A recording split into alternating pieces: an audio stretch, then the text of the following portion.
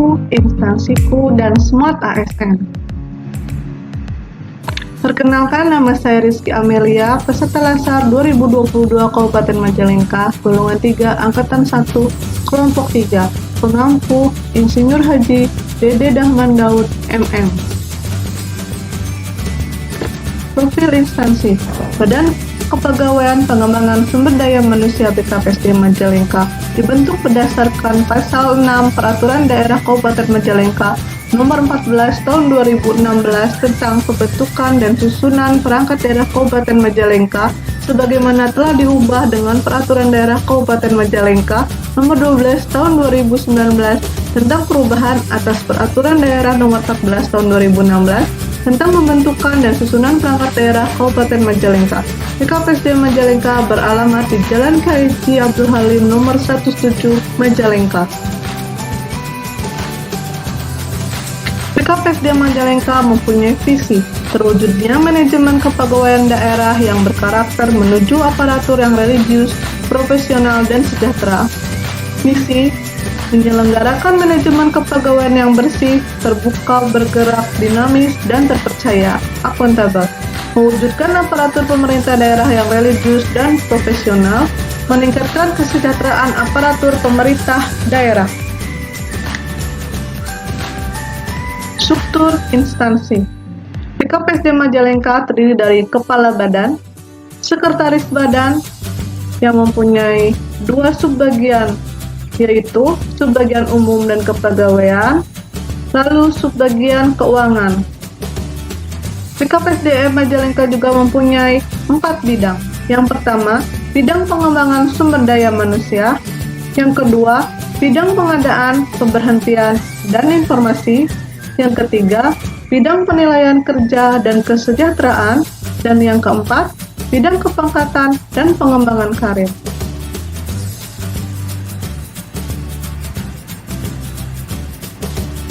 Saya, sebagai analis perencanaan SDM aparatur, mempunyai tugas dan fungsi melakukan kegiatan analisa dan penelaahan dalam rangka penyusunan rekomendasi di bidang perencanaan sumber daya manusia aparatur sesuai ketentuan yang berlaku.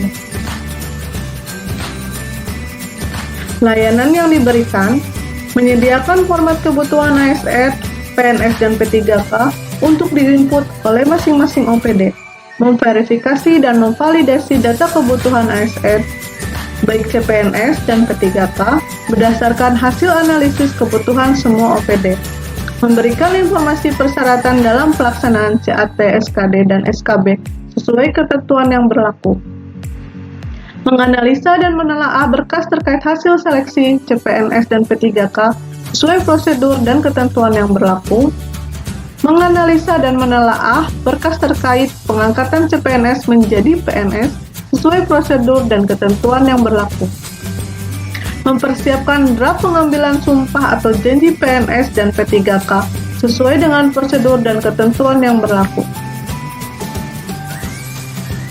Standar layanan: tersedianya rekap data formasi kebutuhan ASN sesuai dengan aturan yang berlaku, tersedianya data peserta dan dokumen hasil seleksi SKD dan SKB, tersedianya draft berita acara sumpah atau janji PNS dan P3K, dan petikan surat keputusan SK, CPNS, dan SK P3K.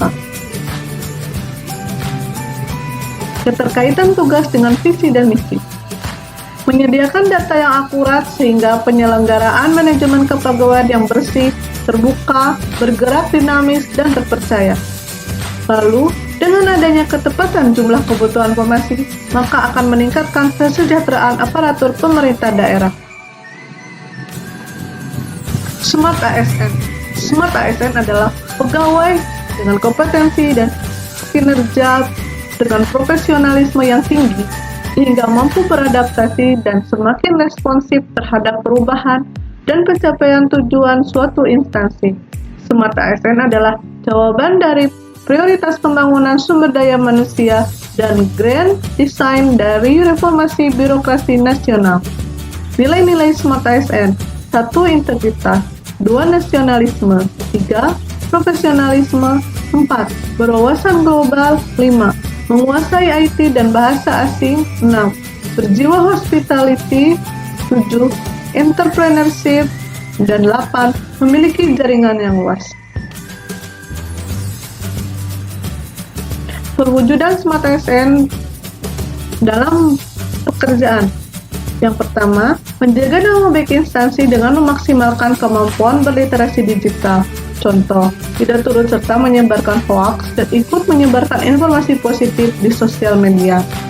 Lalu yang kedua, menanamkan jiwa nasionalisme dengan mengamalkan nilai-nilai Pancasila. Contoh, tidak membeda-bedakan peserta seleksi saat pelaksanaan seleksi. Yang ketiga, meningkatkan kompetensi diri dan berinovasi dengan mengikuti pelatihan digital. Lalu, yang keempat, ramah saat melayani pertanyaan peserta seleksi.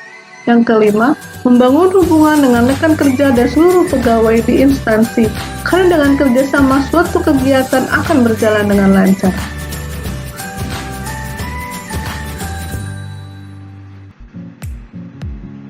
Sekian penjelasan dari saya. Terima kasih atas perhatiannya.